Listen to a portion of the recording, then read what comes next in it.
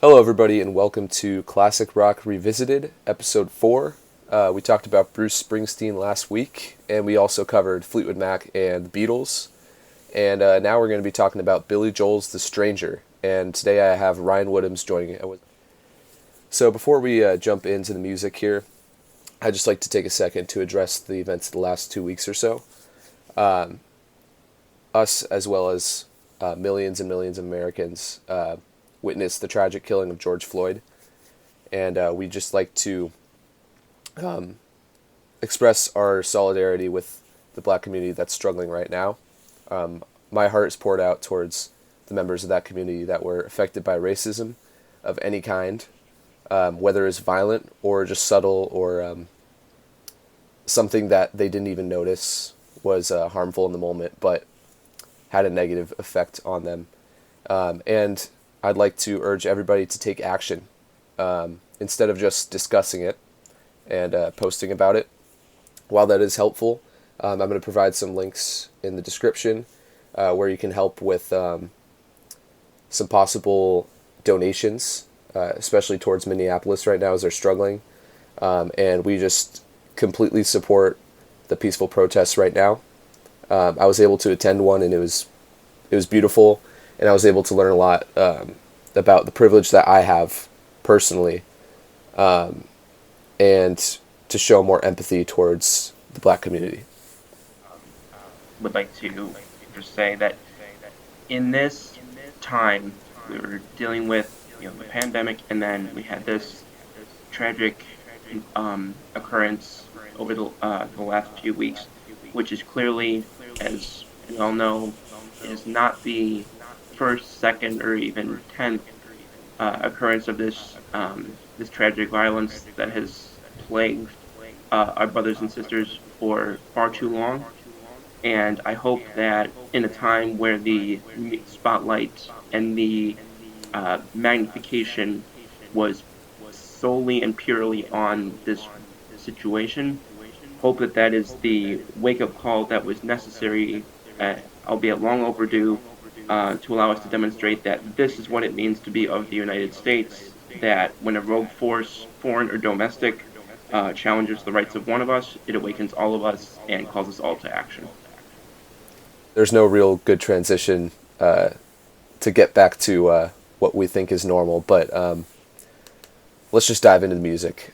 Music's become a good escape for me this week, especially listening to Marvin Gaye's "What's Going On" album, and a song that we'll have a little segment later where we talk about our song of the week or song of the month, basically every episode. So, "The Stranger." It's Billy Joel's perhaps most successful album. Was released in 1977 and was number 70 on the Rolling Stones top 500 albums of all time. And not only was it a critical success, but it was also a huge commercial success with 10 million plus copies sold. Had many singles, actually, a couple of them appearing in films and TV and popular media even recently. So, Ryan, what was your first exposure to The Stranger? Um, yeah, exactly. Um, yeah, so The Stranger, I think this has got to be one of my top 10 favorite albums of all time. Last week we talked about Bruce Springsteen, which was kind of out of my element a little bit, just because I haven't really heard many of his songs before, just the singles. I think this is kind of opposite, where I feel like I'm kind of in. I feel like I'm kind of like the home team right now. I'm super comfortable, super You're comfortable. in your element. You're this is what you're familiar with, and but I liked that though, because the last two times I've been on, we did Fleetwood Mac and Bruce Springsteen, who are two and one respectively on my top all-time music group slash artists. So I think going into something like Billy Joel, who I definitely respect and appreciate. I used to play piano myself, and that's how I kind of got into some of his music originally, was knowing that he was a great piano player. Um, and I think that now, I was able to come into this his discography and his sort of singles list, and eventually this record, and not having as much familiarity as someone like you would have, but getting to explore some tracks that I guess I'm a little, like I said, I'm a little bit behind the curve on, but I got a chance to catch up and really find some real gems in here, and a couple of tracks that I didn't enjoy as much. But I very much enjoyed the opportunity to analyze and break them down, each and all. The first half, obviously. Um, but the second half, I had no idea what the songs were based on the titles. And then I played it once, and it was just instantly, I was getting nostalgia for an album I hadn't listened to all the way through. And I knew probably 8 of the 9 tracks. And ever since then, I've been listening to it nonstop. And I got downloaded on my phone. I got the record in my room, and I play on Spotify pretty often too. So yeah, I've been streaming him like anywhere possible, because I really like the production on this album particularly, and the instrumentation is incredible. And combine that with Billy Joel's charisma as the frontman of the album, just creates a really great experience. So without further ado, let's just jump into the track by track as we always do, and it starts out with "Movin' Out" or Anthony's song.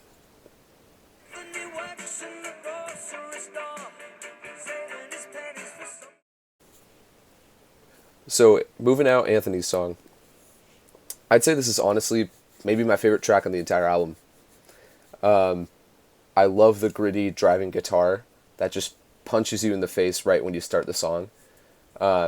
And it just gives you that instant energy, and it's a great song for driving, just getting out, like feeling free. And I think that's aided by the fact that this is probably one of Billy Joel's best vocal performances on the album, with those soaring vocals and the complex structure of it. This is something I'll talk about later on with other songs on the album, but there's a lot of different elements at play in each song. You don't get a lot of straightforward tracks. I think there's only 2 of them that seem a little bit by the numbers, and the rest of them, like there's different elements, there's different instrumentation. So I think it really improves on repeated listenings. And as you'd expect with Billy Joel, the piano's the glue. The piano's incredible all the way throughout the album, and I think this is really indicative of how great the first half of the album is. Absolutely, I think your analysis was spot on. We started with um, moving out, and this track talking about working 2 jobs, talking about struggling, somewhere between middle and working class, um, talking, and the chorus coming in with it seems such a waste of time if that's what it's all about. Mama, if that's moving up, then I'm moving out. I'm moving out. And I just think that um, the opportunity that um, this narrator is chasing, talking about, I actually, and I found it was just kind of personally resonant to me when he goes to who needs a house out in Hackensack? Is that what you get with your money? I just found that kind of interesting because I go to school right near Hackensack. Um, but going back to the song itself, I just thought that the very the grit, like you said, I think that was the word you used, the grit of the song, Hmm. and coming in, and when he leads in with Anthony works in the grocery store, saving his pennies for someday.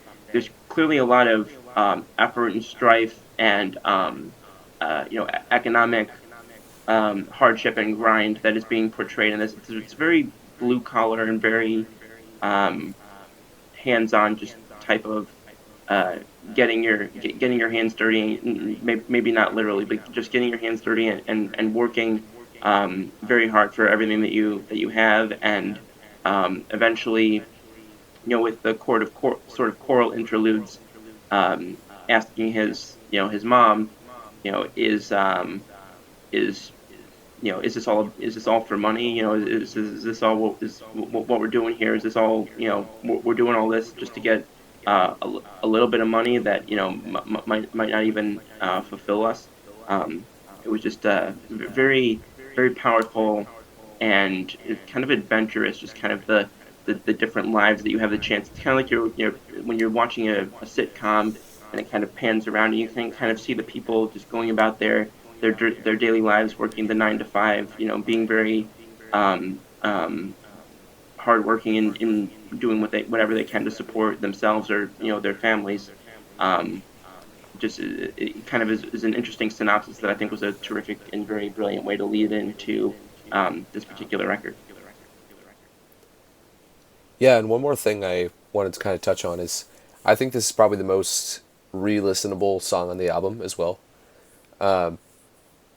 Another track that we'll talk about later, Scenes from an Italian Restaurant, I think is incredible. But also you got the length of 6 minutes, 7 minutes. With Moving Out, it's just very solid. I think it's 3.5 minutes. And the energy throughout the track is just super impressive. And I think it's a great way to kick off the album. Interestingly, though, I might have started out with The Stranger, which is our next track.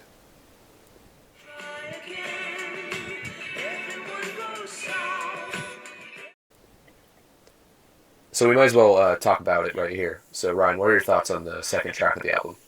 Um, this track, this was one of those songs that I was referencing that I said I hadn't heard it until very recently. Um, but put on The Stranger, and the first minute or so, I would say, it didn't really catch me. It was very slow. It was kind of melodious, and I, it was nice melodious, but it just, I was thinking, is this how the song is going to go for the entire duration of it?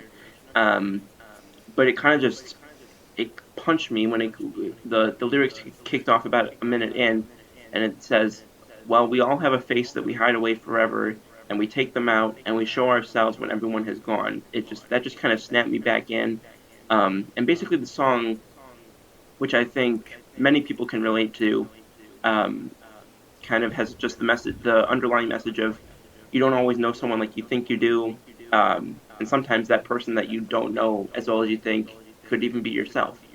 Um, and I just that's such a message that it kind of hits you. When you're that's how the lyrics kicked off. After that minute of you think, oh, is this just going to be a very casual, very easy listen kind of hum, just ballad type, and then all of a sudden you just get this quote that you kind of the first time I listened to it, I actually kind of missed elements of the later part of the song because I was so hung up on thinking about that intro. And then he just goes in, and for the duration of the song, the balance he's just going through and giving examples of how this sort of stranger without really a clear face who I kind of shapeshifts. There's different forms that this individual in question can take, and it's do you really know what that person is? And again, there's this sort of subtle illusion that sometimes the stranger is your own individual person. Definitely. That's an interesting perspective you had there. I guess the reason why I think the way I went about this possibly made absolutely no sense. I think The Stranger would have been a great bookend because you start out with the piano and the whistling, and that's how eventually the album concludes. So I guess putting Stranger first on the track list and then having Moving Out second might make it feel more introductory and conclusive at the end. Whereas you take a song to kind of dive into it the way that they did go about it. I think this is definitely the hardest rock song on the album. In this album, you see a lot of like soft rock, some more melodic tunes, and then this one just feels like it's once again in your face. You have the shredding guitar, and then you have the transition into a really impressive vocal showcase from Billy Joel as well. And it goes back to the structure as well. It doesn't go quite where you expect it to go. I think there's a lot of songs on this album where you think you're going one place, and then they drop you into like a different section of the song, and I really like the contrast that it creates. I don't know if that makes sense, the way I'm describing it. That's what you're going for. And I kind of made a similar point again on a future song that we'll get to in a little bit.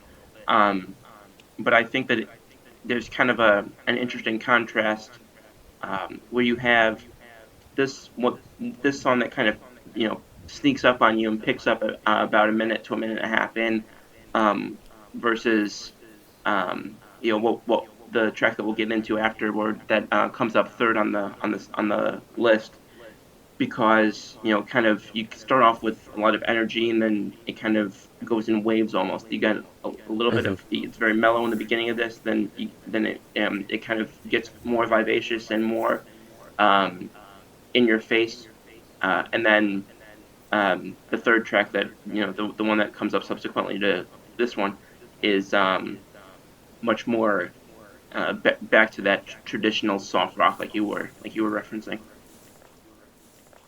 Definitely. And I guess it's kind of a cliche that a lot of bands start off soft in their songs and then it completely explodes.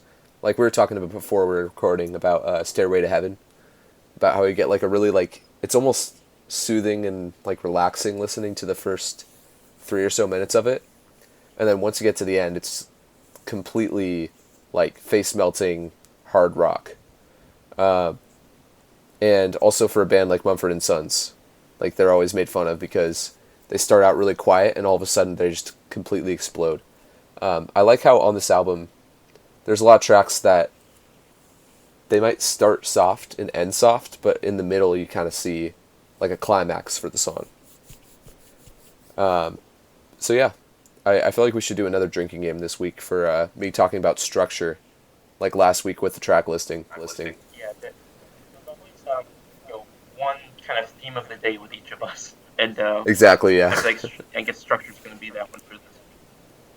All right, so take a shot every time I mention structure. All right, anyways, And call the medics track after, and number. then call the medics after we're off camera. Exactly, yeah. You you definitely don't want to get in the car after this. No. So for the next track, we got Just the Way You Are. Take you just the way you are. So Ryan, what are your thoughts on this track? All right. So you and I were talking off the recording prior to this, and I mentioned that Off the record. off the record. There were a couple of tracks that I definitely liked that were going to really probably go into my regular rotation, and new playlists that I make as time goes on. And I mentioned that there were one or two that I kind of didn't really like very much, and Just the Way You Are is one of the ones I was referencing there. I wasn't a fan of this track, particularly. The intro kind of reminded.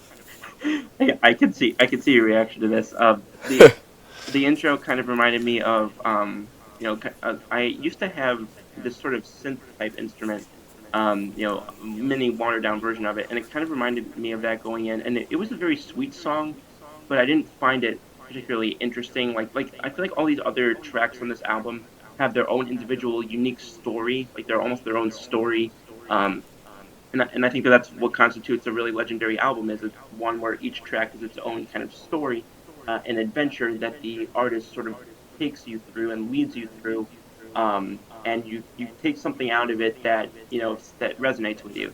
And this, I don't know. I feel like there's a lot of songs very much like it. Telling your partner, which I think is a very sweet message and very moving to say, you know, you're imperfect, but I love you the way you are. You don't need to change. But I've heard probably close to 20 songs very similar to this. With similar messages. However, I will say to put one positive in here, there was one verse that I really did like, that did kind of stand out as a part where I didn't like the song very much, but I did enjoy one particular set of lyrics, and it was, "I need to know that you will always be the same old someone that I knew. What will it take till you believe in me the way that I believe in you?" Um, which that's something that I like. Is it wasn't just about showering this praise on this partner. It's also about taking a bit of an introspective look and saying, I see so much good and so much beauty in you, um, but I hope that that there's some mutual here, and I hope that you will see things in me that you can hold on to as well, because I don't know. I feel like there's other tracks. There's another "Just the Way You Are" that was released as a pop record about 10 years ago.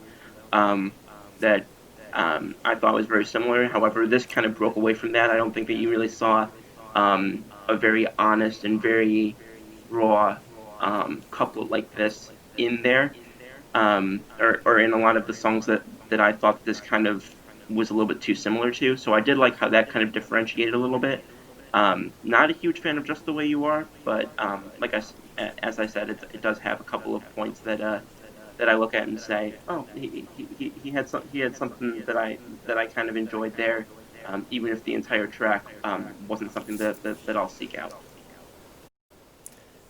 Yeah, you saw my disappointed look there. This is one of my favorite tracks in the album, actually.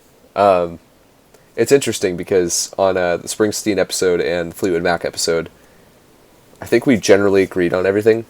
It was just kind of like, maybe this song was okay, and then the other person thought it was good, or vice versa. But yeah, I really like how simple the song is.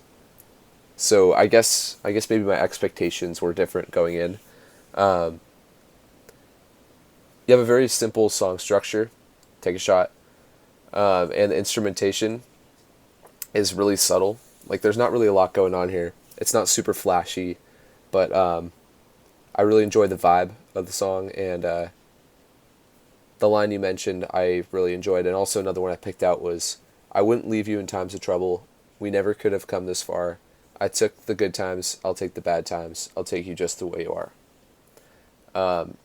It's sappy. It's kind of cutesy, kind of sweet. So I see how people might not connect with it as much, but I'm kind of a sucker for that. I in my old video for top 10 Chicago songs, I was talking about how Beginnings is my favorite just because of how simple and sweet and to the point it was. And I think this kind of falls under the same realm as well. I I definitely love and appreciate those types of songs. In an album that I felt like had so many, and we're about to get to one, had so many unique songs that just were unlike a lot of what I had heard in the rock genre. I just thought he kind of went a little bit cliche here, but it's the the just the sort of structure of the album. I was a little thrown by the inclusion of this one, but I definitely can see why other people would appreciate it much more than I did. Yeah, and one thing I wanted to kind of throw in as well is, I mean, we've seen Billy Joel. He's not the most attractive guy ever, but if he could write songs like this for a girl, I mean, you can get anybody. Yeah, that definitely helps. That's my history rock teacher last semester was talking about how it's shocking that Billy Joel got with the people, or got with the girls that he got with. Yeah. But once you listen to this album, you're kind of like, all right, like, maybe that's the factor right there. Yeah. That's the missing piece. He definitely, you hear stories about people who are like guys in particular who say like, I'm 5'3" or I'm 5'4", but I can do this, or this. And I'm one of them. It's like his sort of I can make up for it avenue was definitely his music and his songwriting. And now that we're done talking about Just the Way You Are, I'm sure we're going to agree on this next song, and that's Scenes from Italian Restaurant. A bottle of whites, a bottle of red. Easily my favorite song on this record. I actually didn't like it the very first time I heard it. I feel like you and I feel like this is something else that we tend to have a theme of, where we each have one song with when we review an album that we didn't like when we first heard it and then loved, and this is that one for me. The one thing that I didn't, when I first heard it, that I really put me off about it is I never when I first like really got into music, which I've always loved music, but like when I really got into it, like which I would say was probably 7 or 8 years ago, and I heard this song, I just I couldn't grasp listening to a song for 6, 7 plus minutes. That just there's very few songs that I really like that last more than about 5 minutes. But when I sat down about a month ago and I really listened to this song, um, just the kind of three different stories that were coming up with the reunion with the old classmate, and then catching up at the restaurant, and then this separate story that kind of talks about young love that ended quickly but amicably. It's like I have this Italian restaurant that, well, first of all, I'm Italian, but I have this Italian restaurant that I absolutely love right near here. It's called Veneto, and when I get to about 5 minutes into the song, I feel like I'm sitting at Veneto listening to calm music in the background, and I've got families sitting all around me at different tables, and I'm just hearing little chatter and murmurs of all these different conversations that are happening throughout the different tables. Um, and it that's exactly what it feels like to me. I think the song, this is probably one of the most appropriately named songs that the name doesn't actually, it's not one of those songs that the chorus says the title of the song 8 different times. Yeah, there's Um, not as much repetition. right, there's not as much repetition. Thank you. I stumbled over my words for a sec, but the just I'm going to take a quick page out of your playbook here. Just the structure of this song. I was gonna say it, Yeah. so it's good that you went in The there. structure of this song, where you have this medley that's kind of broken into three different parts, um, but it works so well because it gives that vibe of you're sitting on in the evening at your favorite Italian restaurant, and you're about to have a nice dinner, but you can hear these different families kind of all talking about different things that are happening in their lives, and it's all or these different people. Not It doesn't even have to be families, and they're just all kind of coming at you from different areas, and you're picking up little bits and pieces, and that's exactly the vibe that I get from this track. So, "Scenes from the Italian Restaurant" definitely my favorite song on this record. Might be my favorite Billy Joel song. Yeah, this is pretty incredible. I had a similar experience. The first time I listened to it, I was just kind of like, eh, you know, it's it's not the best, it's not the worst. But I feel like every single time I listen to it, the more I appreciate it. If I could describe it in one word, I'd just say epic. Um, it feels like in this like 6 to 7 minute interval, you're like watching a whole movie, but like all the imagery is in your own head. It's very vivid, and like you were talking about being at that restaurant nearby. It feels like you're being like thrown in there. It feels like you're going on in like an experience in a way. And I mean, the first couple times you listen to it, you might have a similar experience to me where you feel like it's kind of all over the place. But then right at the end, it goes full circle, and it just like completely wraps up in a nice little bow. So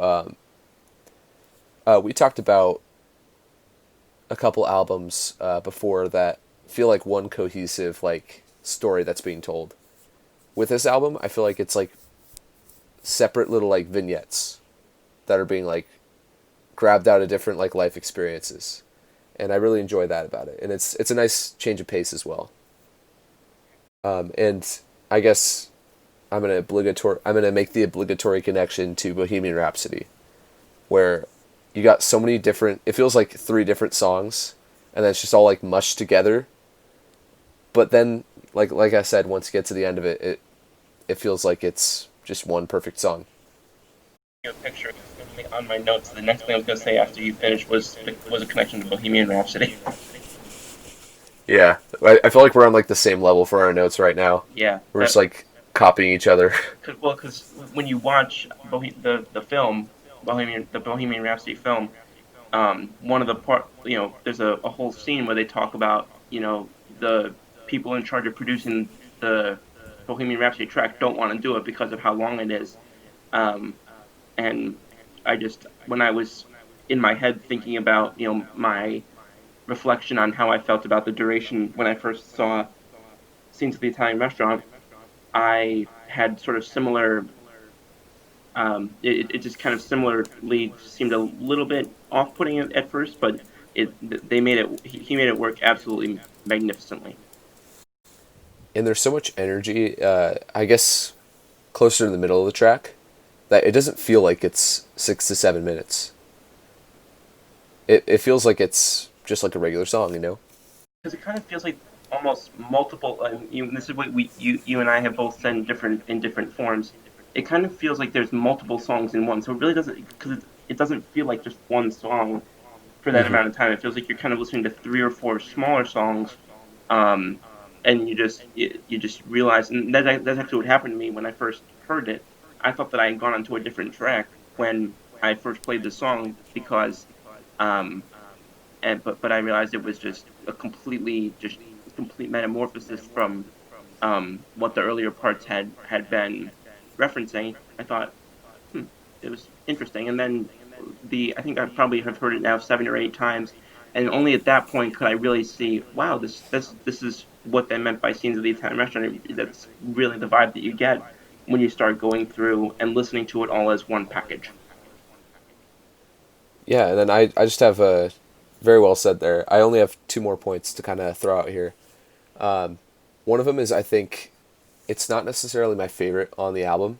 I'd probably say it's number two or number three, kind of interchangeable.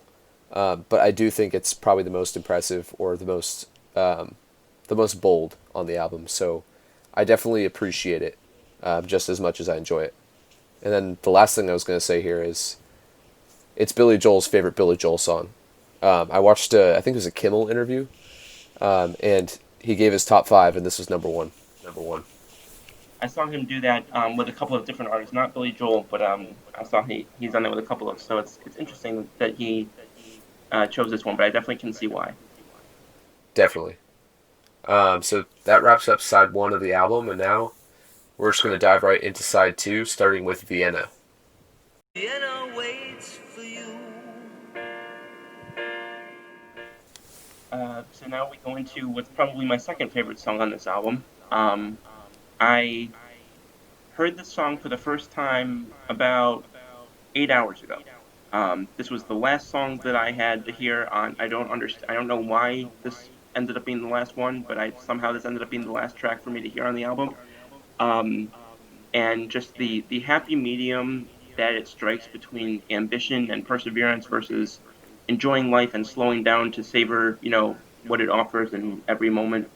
Um, it was a song that I think a lot of people, particularly, I think it's very relevant in this time right now because you've got a lot of people who have a lot of things that they want to do, that a lot of things that they have to do, and there's a lot of stress on a lot of people right now for varying reasons.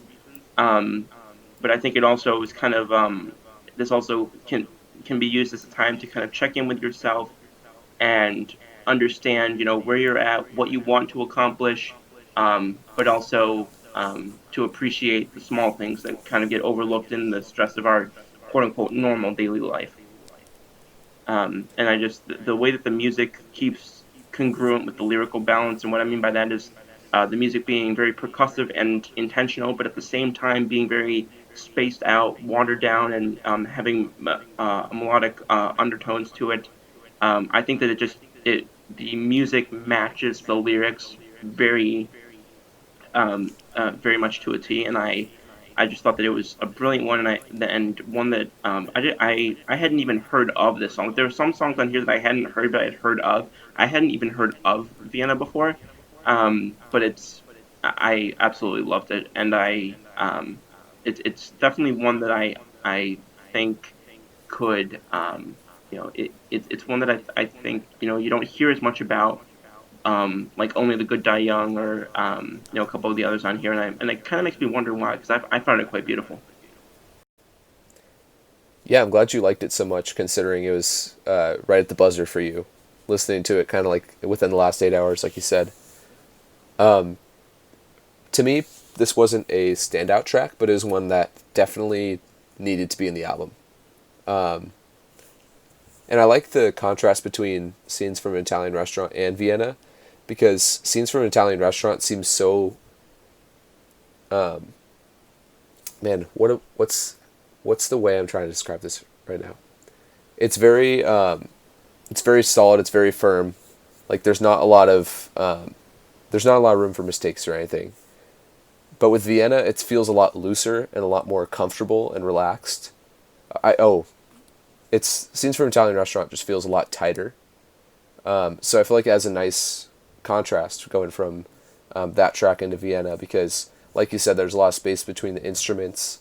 It feels like very relaxing, very soothing, and it just has a classic feel to it. I had heard the song before. I'm not sure quite where, but it felt like it was perfect for this second side of the album for starting it, and it really just had a nice classic feel to it. It's hard for me to put my finger on why that is, but yeah, it's a pretty solid track, and this is an album of only 9 songs, so this kind of goes smack dab in the middle, but definitely is one of those where if you take it out, then the album is a lot weaker for it. So you mentioned Only the Good Die Young earlier, so let's just dive into that one, and that's the 6th track on the album.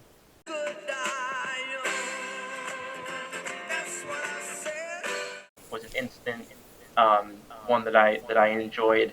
Um, I I don't know what it is, but there's something about the type of Romeo and Juliet type love songs where you kind of you have this male protagonist who, or even female protagonist in some cases, who is you know, so passionate about pursuing this person that he for one reason or another can't have. It changes depending on the different songs, or who is kind of this person who's kind of kept away and kind of hidden and kept isolated by her family, and it kind of reminds me in some ways of I mentioned Bruce Springsteen before. I'm going to make a comparison here. I don't know if one of the songs that you've heard is "Rosalita Come Out Tonight" by Bruce Springsteen, but I see some comparisons here. Hmm.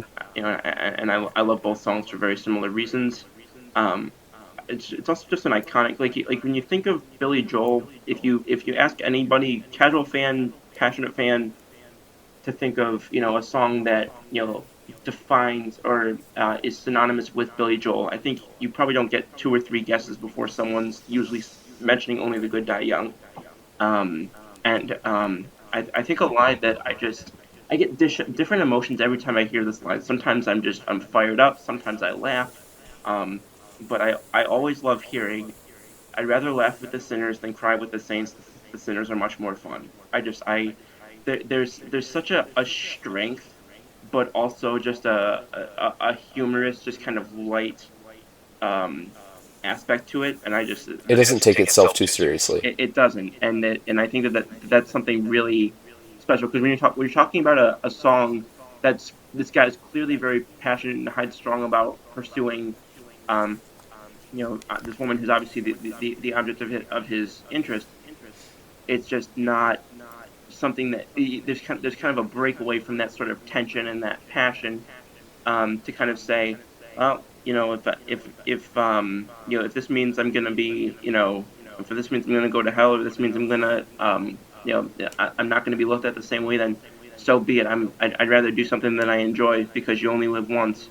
Um, and like I said, sometimes I laugh at it, sometimes I think, wow, that's such a strong and fun, sort of way to transition from what is kind of more of a peppy and consistent beat to something, to the aspect of the song later where he kind of goes more into, "Come on, Virginia, show me a sign," where it kind of transitions more into a longing, and a more breathy element to the song as well. Definitely. I actually have kind of mixed thoughts on the track. Um, like you mentioned, I'd like to double down on the energy that it brings.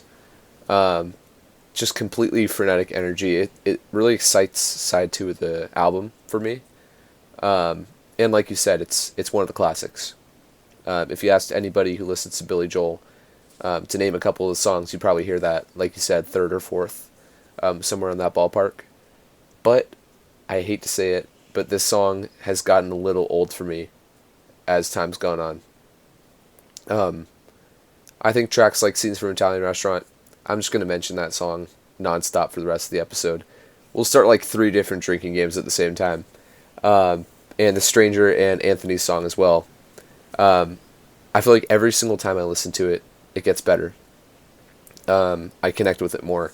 And with Only the Good Die Young, it's definitely fun, but I don't think it really impresses me as much as the other tracks, especially on side one. I think this kind of just falls victim to what happens with a lot of iconic, legendary musicians or bands. Is that it's I said something similar. Maybe I didn't say it in our episode, but I know I've said it to you directly about Bruce Springsteen with Born to Run. Like I see why Born to Run is such a staple of his discography, and his sort of body of work throughout his career. But I just when I hear that song, it's probably the one Bruce Springsteen song that I've heard that I don't listen to all the way through. I've heard it too much. Yeah, It gets. I think it's when you have an artist that's really, I wouldn't say he's defined by that song, but who's become so synonymous with one particular track. That track gets. We see it in today's world with pop or what used to be pop.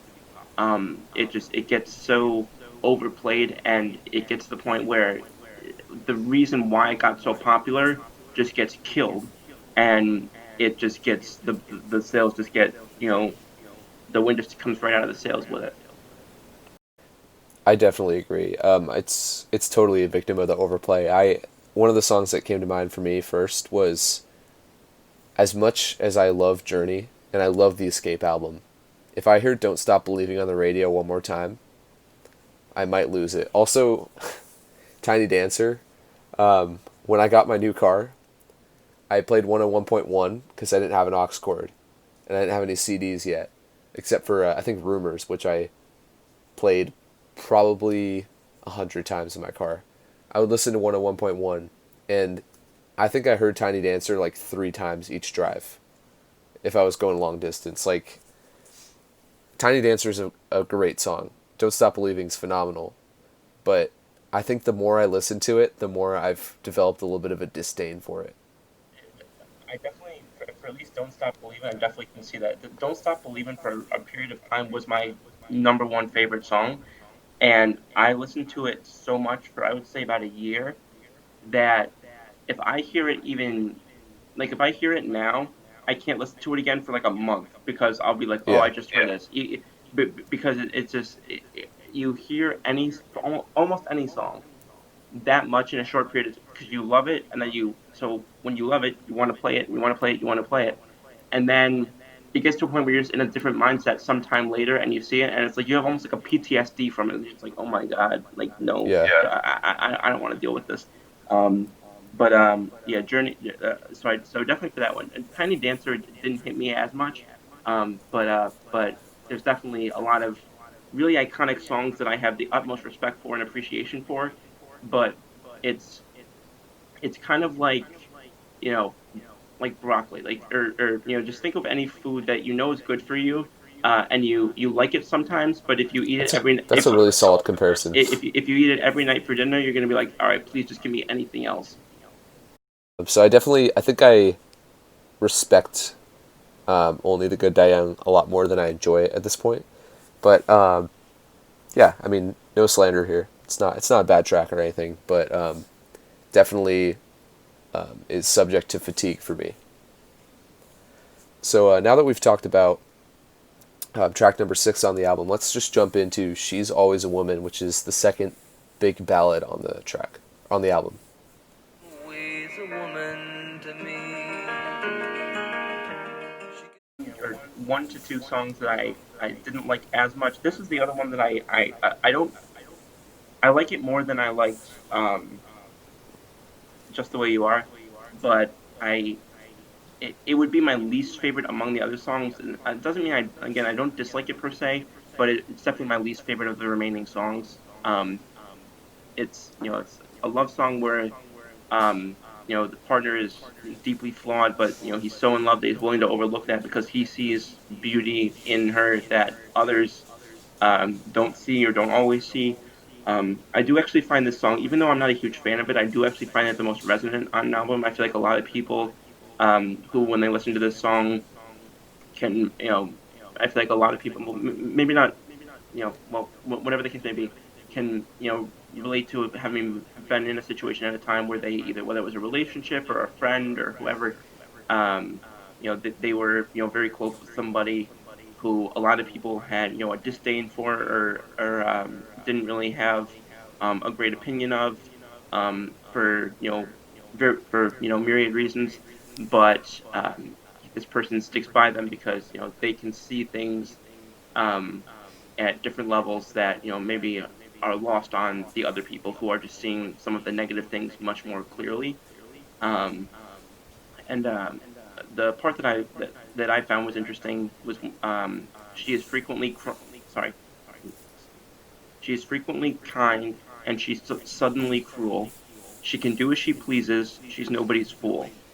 I don't know, that kind of was just an interesting line to me, and I liked the contrast between frequently kind and suddenly cruel. I think that, again, going back to what I said before, I think that there's people out there who can resonate with people who can be very, who can tend to be, those lines get a little bit blurred. They can very easily go from, one state of mind and one means of communicating to a starkly contrasting one.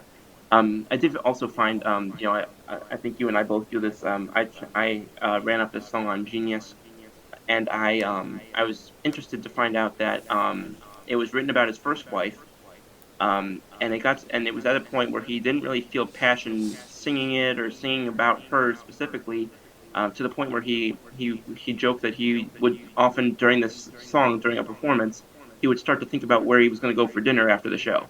Um, so he dropped it from his set list entirely. He brought it back in '06, and now he closes live performance. I don't know if he still does. It made it sound like he still does, but at least since 2006, he would close the song in live performances by saying, "And then we got divorced," which I just thought was kind of funny. That, that's great. I'm pretty sure you're plagiarizing my notes because I had the same exact line pointed out on mine. Yeah, I think it's a pretty solid love song. I was gonna drop this hot take earlier. I think the first half of this album is probably one of the best first halves in any album I've ever heard. I'd probably say Boston, their self-titled album, would be in the same conversation as well. But for side two, I kind of have some conflicting thoughts as well. Kind of adding on to Only the Good Die Young. I think that there's not this one is not the most memorable on the album, but it feels like it's pretty well matched with Just the Way You Are. Two pretty similar tracks on the same album, actually. And I love the in-song transitions to different elements of instrumentation and his vocal performance. And it's just a pretty solid love song. Like the quote you mentioned, it continues saying, "But she can't be convicted. She's earned her degree. And the most she will do is throw shadows at you, but she's always a woman to me." So it's a pretty well written song. You can kind of feel one thing I do like about the song quite a bit is, like you said, it seems like he doesn't want to be singing it. Like you can kind of feel that like passive aggressiveness in what he's singing, but also there is some sincerity there as well. So it's not the best on the album. It's definitely not the worst on the album, but I think it's just pretty solid like track, kind of in the middle of the second half. So now we're going to go into the one song on the album that I do not feel strongly about at all, and that's Get It Right the First Time.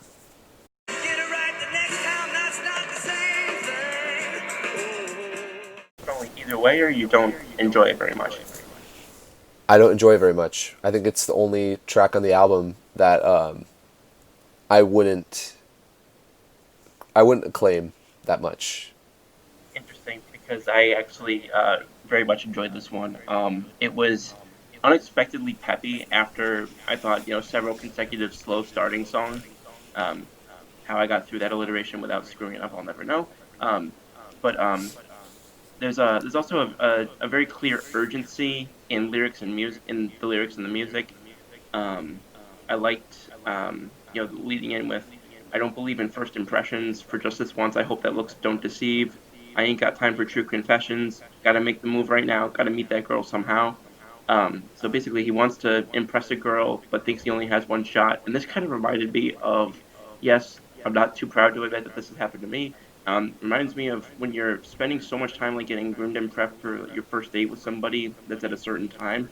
Like let's say you're having your first date with this girl at 6 p.m. and you're spending all this time putting getting yourself all perfect or all done for it, and you realize it's 5:40, you gotta get your ass on the road because you're gonna be late. Um, it just that's kind of the vibe that I got from this song, which I really enjoyed. Um, it's only 9 songs, so to call it one of my favorites is like it's kind of just like there's certain songs that I really liked, certain songs that I liked, and the two songs, they're the one song that I didn't like. This song I definitely would say I really liked it. Um, I thought that it was I thought that the interesting placement of it, where you kind of had we talked earlier about how kind of the tempo kind of went in waves throughout this album, where there was a lot of up tempo and urgency um, and just quick pace, and then you kind of it was very melodic and very easy to listen to, kind of dinner time type music, and then you get back into this, which I think might be the most um, quick starting song on the album. You get songs that kind of pick it up as they go on. This one just comes right out the gate. It just comes out swinging, as baseball fans would say. And I really liked it. I liked that it kind of was a different animal from this album. Definitely one that'll make its way into my regular listening. Um, and I do have something to say about the way that this and the following track work together to close out the album, but I'm going to get to that when we actually talk about the next one. Um, I loved the first 4 songs on this album, and I really enjoyed Vienna and Only the Good Die Young. I appreciate it a lot. And as we just covered, She's Always a Woman. I think it's a pretty solid song. So I think there really isn't any weak song on the entire album, but this is definitely the one that's most forgettable to me. I did like the intro quite a bit, and once again, I think Billy Joel does a really good job vocally, but it's just a skippable track for me. Kind of comparing it to an album that we covered earlier, it's kind of like with Tusk, where when Never Make Me Cry comes on, I'm like, oh wait, that was on Tusk? Oh, okay. And then I'll either skip it or I'll just kind of like let it play and like not really focus in as much. So yeah, I can't really say it's bad. There isn't anything that's particularly standing out to me as weak or strong, but it kind of lands into the okay forgettable zone for me. If I may, this is kind of nice. I think we've, like you mentioned before, I think the last couple of times, I think we've had a lot of overlapping and similar opinions on, different tracks. So I'm enjoying that you and I are kind of seeing a couple of these a little bit differently. Yeah, it'll be interesting to see the day where we completely disagree on an album. Yeah, that'll be. Uh, well, there's a lot that we've discussed already that we have to cover in the months and years ahead. So I'm sure that I'm sure we'll get to that at some point. Definitely. So now that we've covered Get It Right the first time, we're going to go into the last track on the album, which I really, really enjoy, and that's Everybody Has a Dream.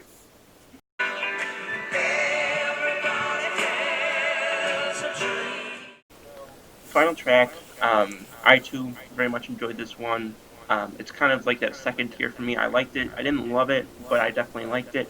Um, Everybody has a dream. It's about just dreaming about being able to go home to the woman that he's speaking to. Um, I thought it was with the music and the chorus. Um, it's kind of a strong way to end the album. However, I will say this: you mentioned earlier that you kind of would change the beginning is or the beginning of the album as to how the tracks were laid out. What I'll say is I like the way that on the opposite end, I like the way that the album closes.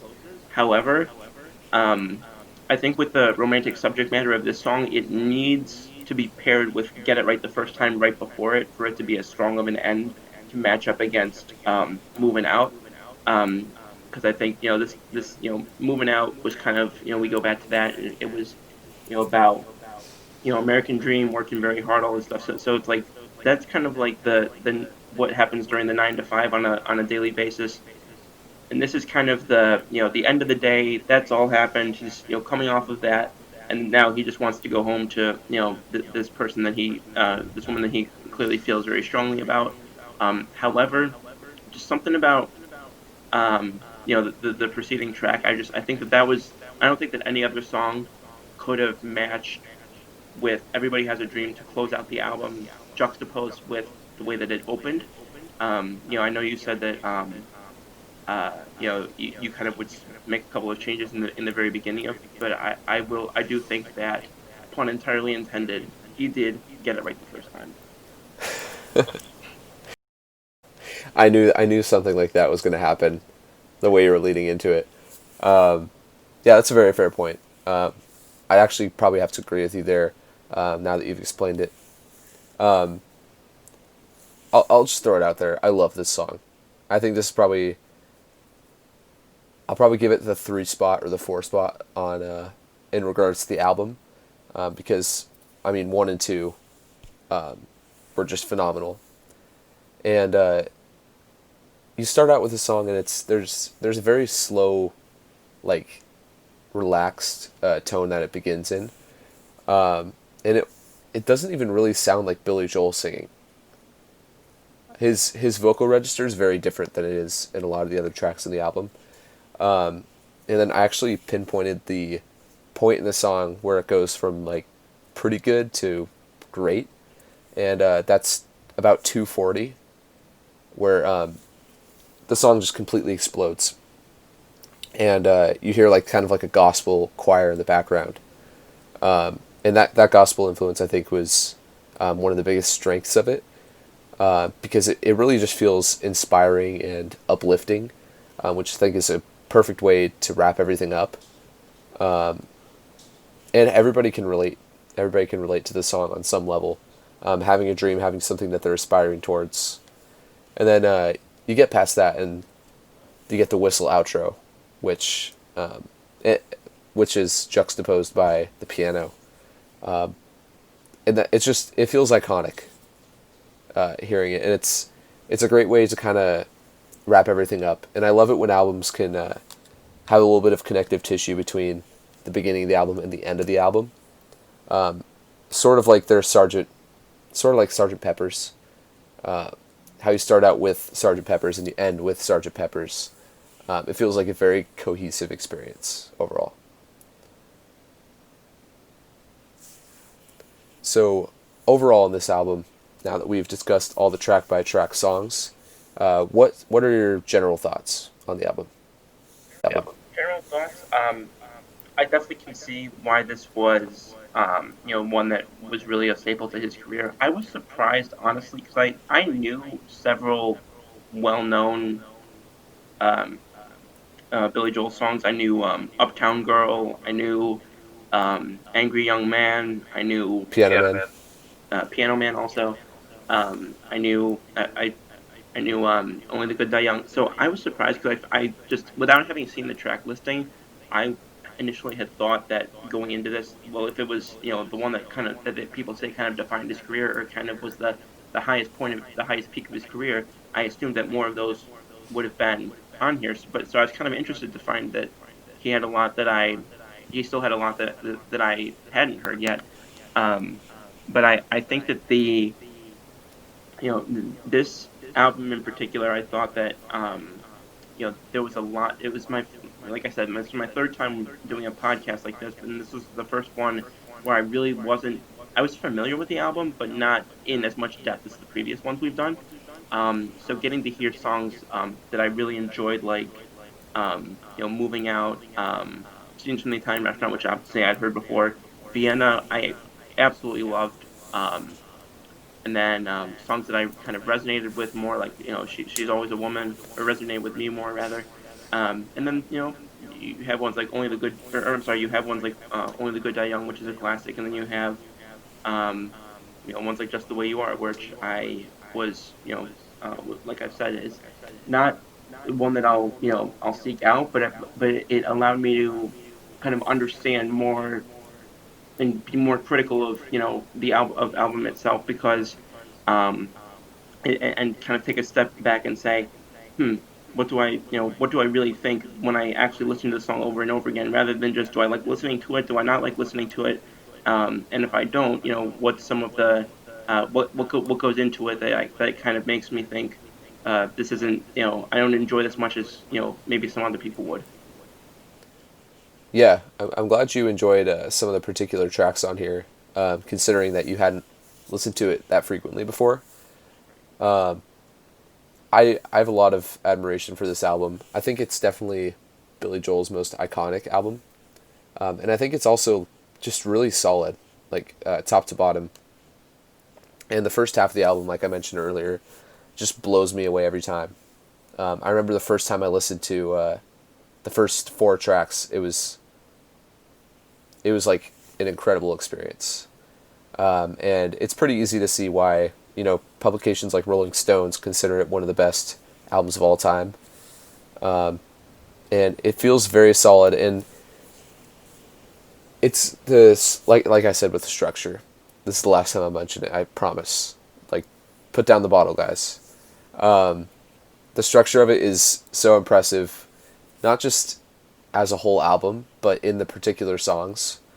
And it's not as experimental as I might be leading you guys to believe. It's not like a Talking Heads album by any means, but I like how each song has different layers to it. And with the exception of Just the Way You Are and She's Always a Woman, I feel like there's always a bit of a pivot that you wouldn't expect in each of these songs, which makes it really refreshing and very re-listenable. So if you guys haven't listened to The Stranger before, I would highly recommend. And I think Billy Joel's just a great storyteller, and like I mentioned earlier, just a great frontman. Very charismatic, somebody that you want to like kind of look towards as an artist. A lot of people have those evenings where they've had a long day, either of work or doing whatever. They just want to go. They want to get some coffee, get a little bite to eat with maybe a partner, or with close friends or whatever. And they want to have some live music playing in the background. And I think when you think of like who's the kind of the iconic face of that type of dinner time, end of day type evening music, I think Billy Joel would top a lot of lists. That's our review of The Stranger. Thank you guys for tuning in.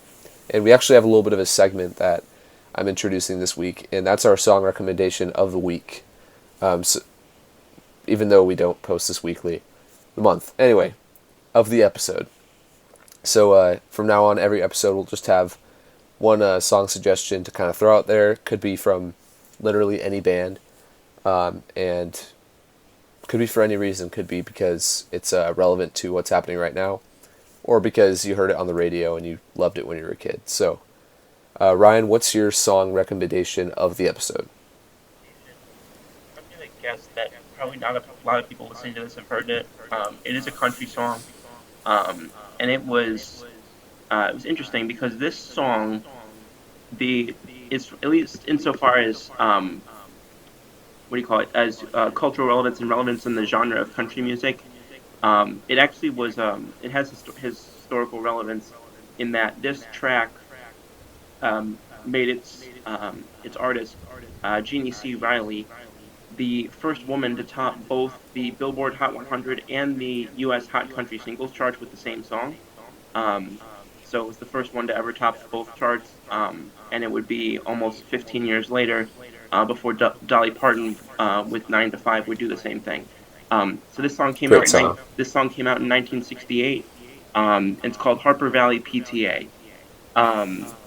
And basically, what it's about is there's this girl who's in junior high. She comes home with a note, and her mom reads the note, and basically, people from the school and the neighborhood are being critical of the way her mom, kind of dresses and meets different guys and things like that. So the woman receives the note, goes to the PTA meeting herself, because it was they found that it was supposed to meet that afternoon, and basically says, "Hey, I heard that you guys are talking about me," and she kind of puts everybody on blast. She kind of spills the tea and says, what if everybody knew that you were doing this and you were with this person's wife," and just kind of puts everyone else's drama out there and says, "Hey, I'm not perfect, but you're all being hypocrites for judging me," and it just there's just a very it's kind of just it's a mix between comical, in your face, kind of feministic in some respects. But I listen to it, and it's a very fun, particularly the live versions that she's done. She's done a couple of music videos that are on YouTube, and I love her version of it, or those versions of it rather. Um, so I would definitely recommend Harper Valley PTA by Jeannie C. Riley. Even if you're not a country music fan, I just think that it's just a fun song that I think a lot of people could appreciate. It's not the most recent song, obviously. Like I mentioned, it came out in 1968, but I think that it could speak to a lot of people even today who kind of feel like maybe feel like they're in a situation where they've been judged by people and feel like it's unfair because they everyone knows that themselves are not perfect, but doesn't mean that they have to go around judging everybody else's situation. Definitely. I've actually never heard of that song, but I will definitely keep a note of that. So my song recommendation of the week, I guess, is kind of a teaser towards the next episode where we're going to be talking about Chicago Transit Authority. This is actually another song by Chicago, not on that album, but within the same era, and it's called Dialogue Part 1.